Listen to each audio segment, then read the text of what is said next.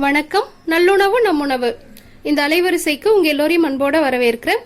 நம்முடைய அலைவரிசையில் இன்னைக்கு நீங்க பார்த்துட்டு இருக்கக்கூடிய இந்த சேனைக்கிழங்கு வச்சு ஒரு வறுவல் செய்ய போறோம். அம்மா இது ரொம்பவுமே சுவையா செய்வாங்க. சப்புன்னு சாம்பார், ரசம், தயிர் இதுதான் இருக்குன்னா இது கூட இந்த சேனைக்கிழங்க இப்ப நீங்க இந்த காணொலியில பாக்குற மாதிரி செய்து சாப்பிட்டீங்கன்னா ரொம்ப ரொம்ப சுவையா இருக்கும். குழந்தைங்க இருக்கிற வீட்டுல பெரியவங்களுக்கு இந்த சேனைக்கிழங்கு மிஞ்சவே மிஞ்சாது. இப்ப இந்த காணொலியில போயிட்டு இது எப்படி செய்யறதுன்னு பாப்போம் வாங்க. முதல்ல இந்த கிழங்க அம்மா எப்படி அரிஞ்சு வச்சிருக்காங்கன்னு பாருங்க. இந்த மாதிரி கொஞ்சம் சின்ன சின்ன துண்டா, அதே சமயத்துல நல்ல கனமான துண்டா போட்டுக்கணும். எல்லா துண்டுமே பாருங்க கொஞ்சம் கனமா இருக்கணும். அடுத்ததா இந்த கிழங்கு முங்குற அளவுக்கு தண்ணி சேர்த்து இப்ப இதை வேக வச்சு எடுக்கணும். தண்ணி சேர்த்துட்டு அது கூட ஒரு அரை உப்பு மட்டும் இப்ப சேர்த்துக்கணும். ஒரு பாதி உப்பு மட்டும் இப்ப சேர்த்துக்கணும். கூட ஒரு 1/4 தேக்கரண்டி அளவுக்கு மஞ்சள் பொடி, இது எல்லாத்தையும் சேர்த்து கலந்து விட்டுறணும். இப்ப இந்த கிழங்க அடுப்புல வச்சு ஒரு 3/4 வேக்காடு அளவுக்கு அவிச்சு எடுத்துக்கணும். பொதுவா சேனைக்கிழங்குனாலே அரிப்பு எடுக்கும். ஆனா நாங்க இப்ப சமைக்கிற இந்த கிழங்கு வந்து ஏற்கனவே ஒரு பாதி சமைச்சிட்டோம், அதுல அரிப்பு இல்லை, அதனால நேரடியா வேக வைக்கிறோம்.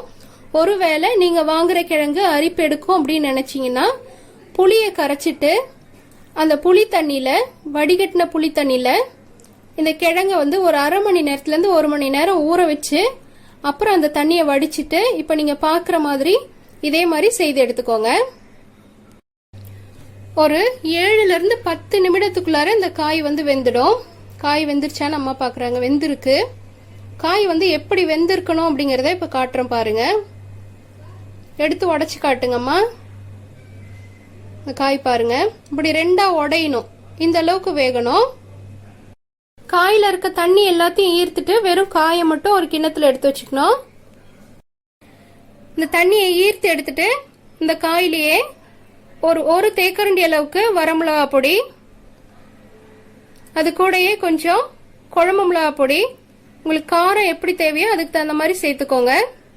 இது தவிர கொஞ்சமா உப்பு சேர்க்கறாங்க. ஏற்கனவே காயில உப்பு நம்ம சேர்த்திருக்கிறோம் வேக வைக்கும் போதே, அந்த தண்ணியை வடிச்சிட்டதுனால இப்ப கொஞ்சமா சேர்க்கறாங்க. உப்பு, மிளகா பொடி எல்லாத்தையும் சேர்த்து குலுக்கி எடுத்து வச்சுட்டாங்க. அடுத்தது ஒரு 5-6 பல்லு பூண்டு, இதையும் தட்டி இது கூட இப்ப சேர்க்க போறாங்க. இந்த மிளகா பொடி பூண்டெல்லாம் சேர்த்த பின்னாடி கரண்டியால கிண்டாதீங்க. இப்ப அம்மா குளுக்குறாங்க பாருங்க, இந்த மாதிரி குலுக்கி எடுத்துக்கோங்க. கரண்டியால கிண்டுனா கிழங்கு வந்து ஒரு மாதிரி நச நசன்னு ஆயிடும். இப்போ கிழங்கு வறுத்து எடுக்கிறதுக்கு அடுப்புல ஒரு இரும்பு தோசைக்கல் வச்சுட்டு அதுக்கு தேவையான அளவுக்கு எண்ணெய் சேர்த்துக்கணும். எண்ணெய் காஞ்சிருச்சான்னு பாக்கிறதுக்கு அம்மா ஏற்கனவே 2 கிழங்கு போட்டுட்டாங்க. இப்ப நீங்க பாக்குற மாதிரி அந்த எண்ணெயில ஒவ்வொரு கிழங்கா எடுத்து வரிசையா அடுக்கிக்கோங்க. சூடான எண்ணெயில கிழங்கு சேர்க்கறதுக்கு முன்னாடி தீய மிதமா வச்சுக்கோங்க. எண்ணெய் எவ்வளவு கிழங்கு கொள்ளுமோ அந்த அளவுக்கு மட்டும் அடுக்கிக்கோங்க.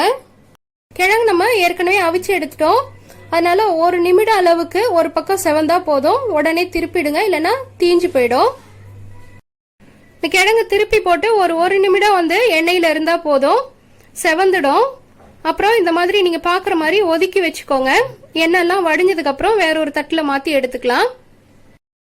திரும்பவும் மீதா இருக்கிற கிழங்க கொஞ்சம் கொஞ்சமா சேர்த்து வறுத்து எடுத்துடலாம். கிழங்கு 2வது முறை போட்டதும் இந்த முதல் போட்ட கிழங்க எடுத்துடலாம். அதுக்குள்ளார இந்த எண்ணெய் வடிஞ்சிருக்கும். இந்த மாதிரி ஒதுக்கி எடுத்துக்கோங்க. இந்த பொரிச்சு எடுத்த கிழங்கு எப்படி இருக்குன்னு பாருங்க. வெளியே நல்லா செவந்து மொறுமொறுன்னு இருக்கும், உள்ளுக்குள்ளார நல்ல மெத்துன்னு இருக்கும்.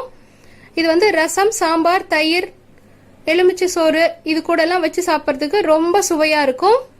அம்மா செய்த கிழங்கு வறுவல் உங்களுக்கும் பிடிச்சிருந்ததுன்னா நீங்களும் கண்டிப்பா உங்க வீட்டுல செய்து பார்த்துட்டு உங்களுடைய மேலான கருத்துக்களை கீழுள்ள கருத்து பெட்டியில பதிவிடுங்க. நன்றி.